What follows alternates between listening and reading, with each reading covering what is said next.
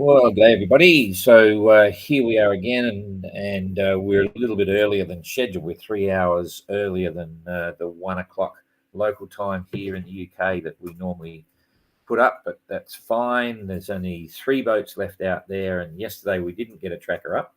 Sorry about that. We had an incredibly busy day. There was a lot of logistics going on with moving out of apartments. Part of our team's out of one apartment. We had to move. We're in a new apartment now, and I'm hoping the internet is okay. We had a little thing just then. Maybe it's not going. Jane will get online and have a look to see if we're still live.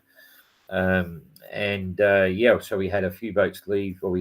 Triana left yesterday. Sebastian took the boat back towards Brest in France, so they're out there. And today Galliana will be leaving just after lunch across to Gosport for a day or so of bits and pieces, and then head back as quick as they can to Finland. They have some parties and sponsor commitments, and then who else we got there? White Shadow. They some of the crew are leaving already, or have already left, and then they will depart on Monday, heading back to Spain. And then Evrika, I think they're moving around to Yacht Haven Marina, and we'll get organised from there and make their own plans. And of course, we have Sterner coming in. We had hoped to see them tomorrow morning, but there's just no way now. In fact, they just sent a message back saying, "Oops, yeah, it's all gone a bit crazy." The strange weather, which I'll show you, has moved down a little bit, which is giving them now either light winds or good headwinds. When I say good headwinds, it'll be 17 knots, so that's a good breeze, but they're headwinds, and that's going to delay them a bit. So anyway, we'll talk about that in a minute. Translated underway, of course, that's kind of cool. And it's all starting to wind down for us here now. And with the lack of boats out there, we will still maintain the tracker updates until everyone's in. And, then tomorrow there'll only be 2 boats. So these updates could be anywhere between 10 o'clock in the morning. Like we'll either use a 10 o'clock target date in the morning, or we'll go back to the usual 1 o'clock. But sometimes we'll be doing things. So if we can't do the 1 o'clock one, we'll do the 10 o'clock. And if we don't do the 10 o'clock, it'll be the 1 o'clock. So, and then eventually once Sterner's in, it's just translated. And then Explorer. Explorer's big drama for today. They think they're running low on Nutella. I don't know why we don't get tweets about, beautiful sailing. It's always food. So I don't know whether they'll lose weight or put on weight. I'm not sure. Anyway, they'll get here eventually. I've actually, this is working out all right. I'm sitting in front of the window looking at a beautiful water view. I can see over to East Cowes there, and it's a typical winter's day, not a winter's day, typical UK day. Complete 100% overcast, a bit misty this morning. It's not raining, but it's every now and then you get a drizzle. It's not super cold, but it's certainly not mild outside. So that's it. We're in some of the buildings here, quite historic. It's quite amazing. This place has been around for a long time. Used to be owned by a ship's captain and all that sort of stuff. It's quite fun. So Cowes is absolutely a great place, I've got to tell you. I first came here in 84, and I was blown away by the little streets, and you just know this place has existed for hundreds and hundreds of years. But then coming back again here, hadn't been here for a long time, came back about a year ago. About a year ago. Some of our planning here with the Royal Yacht Squadron, and I thought, wow, yeah, this is a great place. Also, I used to represent Aries wind vanes, self-steering systems, and Nick Franklin used to live here, so I called a few times. Since then passed away, but that was our connection to the place. And from an event perspective, it's really great. So who knows how Cowes will fit into our future events, but it's got a very unique feel, a lot better than being on the mainland. Quite special. So yeah, if you get a chance to visit Cowes, come on down. And if you do that, make sure you call in and have lunch at the Island Yacht Club or whatever. There's some good places here. Okay, moving right along. I don't think there's any other tweets to tell you about. We'll go straight to the tracker. I've got Windy here as well to show you. I'm not using my mouse because I've got a pillow on my lap. I'm sitting in front of the window and a computer on my pillow on my lap. So I'm just using the keypad. Okay, you're looking at the tracker, and all I've got to do is find it here. Yes, I've got it there. So current situation, Explorer's still heading up the west of north. Translated is heading straight for the finish line, and also Sterner, but it's a bit dominated by this low pressure system here, and that's going to move and impact on Translated, and then overall, over in the middle of the Atlantic, there is a high pressure system here that Explorer's on, and as you can imagine, if they tacked right now and came over the other way, it would probably be more advantageous. It's probably heading back towards England a little bit better, but for some reason they just love sailing to the middle of highs and not pointing towards England. They're obviously having a great time. So that's it. I better check they're on the right timeline here, that everyone's positions rolled over. 4 o'clock, 4, 5, 6, 7, 8, 9. It hasn't rolled over yet, but anyway, they're on 4 hourly. But the Sterner, which is the main one we're interested in, is actually on hourly. So just to confirm this, we're 10 o'clock here now. That's 4, that's 5, 6, 7, 8, 9. Yeah, that should have gone. I'm going to reboot this and just see what's going on here. We'll just catch up with the latest position, lead 4. Get rid of that. I'll put the weather back in. Boom, boom. I'll put the goods on. And here comes the weather. Yeah, internet's a bit slow. So Translated now on 9. And Explorer still on 4. Okay. We'll forget about that. They're heading that way anyway. And you can see it's going to be light winds. So Translated is up to speed with their tracker. And we've got... doing 7.4 knots, and they've managed a 106-mile day. That's not really a full 24 hours because they only left yesterday afternoon, but they'd be super happy to be actually on their way. So that's good for them. We currently, they've got not quite 1,200 miles to go, and that would normally take them, about 8 days maybe, depending on the weather. So everyone's thinking at the moment around about the 4th of May.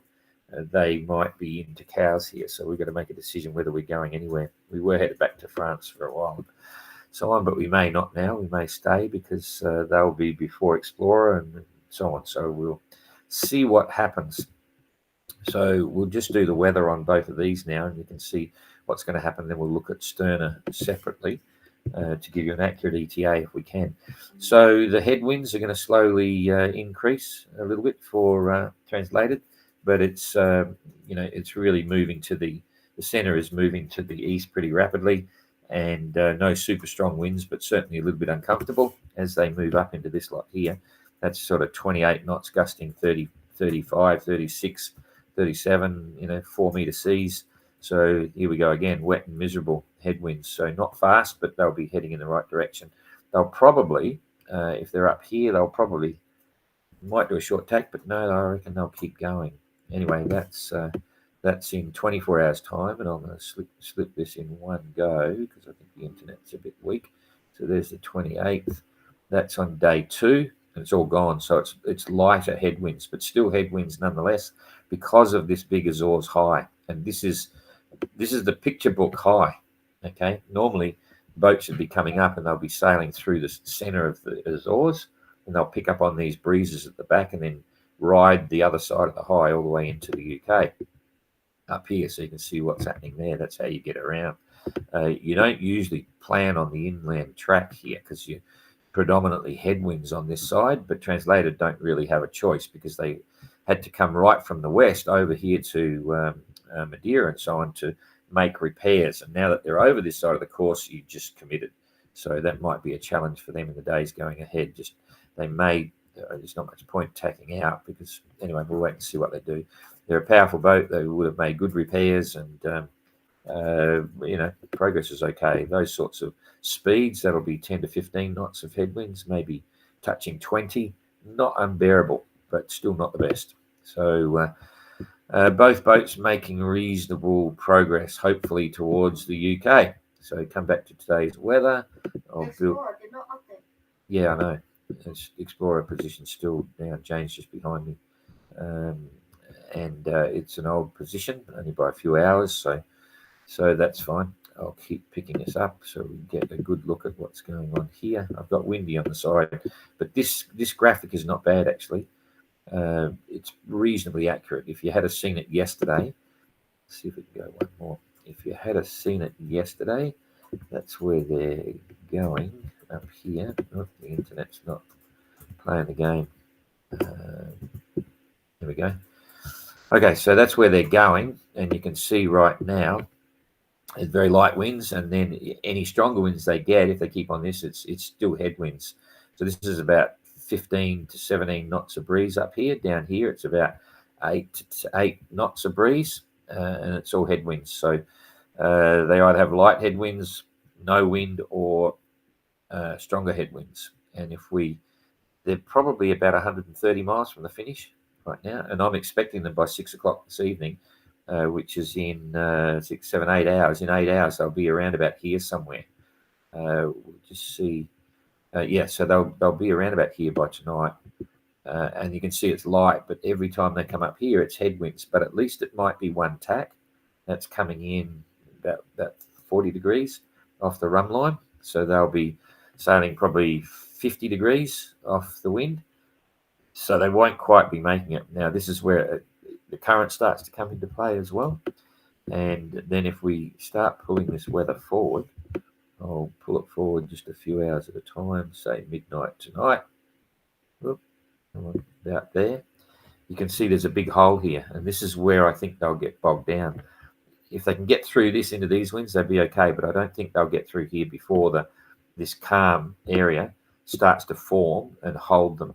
Then they come subject to the current, okay, and this will start to push back and forward. So if you remember off Knightsbridge here, around about midnight, they're going to be somewhere here, and I'll look at the currents in a minute. And well, let's do that. I'll go straight to windy. I just got to go back here and hit the windy, which is that one there. So you're on windy. Now I've got to get on windy. There it is. Okay, so if we, this is rebooted this previously, but I'll reboot it now. So this is currently on wind, and you can see here, this is right now. Right now, they're over here somewhere. They've got about 8 knot easterly.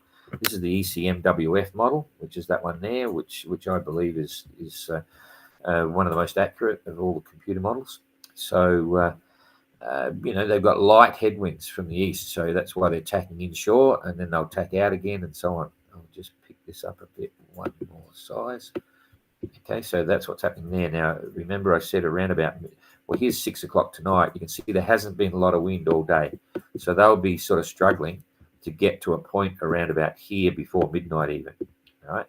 And that's about 100 miles out. And then by midnight, you can see here they're right in the middle of this hole. So I think that's going to follow them or be part of their action. And that'll delay them. That's a bit midnight. So then it's going to be slow progress, because even with currents, when they finally get somewhere, they've got this stronger headwind up the top. So if we look at this till midday tomorrow, or there's 11 o'clock, see there's more calms just following them. So it's going to be very hard going to get progress. And the currents might have more of a bearing on what's going on. And so this is tomorrow. And then if we go to, I'll just show you the wind first. This is 7 o'clock tomorrow night. And you can see those moderate, good sailing breezes, which were on the nose, start to disappear. You're back down to 7, 8 knots again. And inside the river, inside the Solent, there's nothing. Only 5 knot nor'easter. And this goes through till there's midnight. Same again. So I think they'll be challenged to get there by dark tomorrow. But that's the hope, because there's a big bunch of people. There's 50-odd people coming out in a bunch of boats to try and welcome them across the line at the squadron. The Royal Yacht Squadron. So that's that one. Let's now just have a look. I'll bring up the currents just to see how the current stacks up to their timelines. So we come back to today's time. You can see the big currents here. I mean, some of this yesterday was going over 3 knots. On the other side, you can see here some of it. It's to average, say, 2 knots, 2.5 knots. All through this area, the last bit closing. However, that's today. That's now. And they won't be there by 6 o'clock tonight. This is today. By about 6 o'clock tonight, they're going to be here. And remember, there's not much wind forming then at all. and then by tomorrow morning, there's midnight. So there's midnight. They've still got no current. So the current isn't helping them at all. This is midnight, and this is where they're likely to do the first park. So then we come through to, say, 6 o'clock in the morning. They're still not in the current line, but if they do get across, they're going to get some head currents here. They won't be there by 6 o'clock. They might be into this stuff by midday. That's a plus. So around midday tomorrow, they're going to get a 1.5 knot current maybe, helping them move along. All right. And then by, let's say, 5 o'clock, it goes the other way. So by late in the afternoon, they've got 2.5 knot current going against them. It is possible to anchor here. It's about 60 meters deep. Tapio was anchoring in this area to hold on for the tide, not lose it. And then that will be impacting it. We're saying they're trying to get in before dark because it starts. I'll just go back a bit. Let's say 4 o'clock.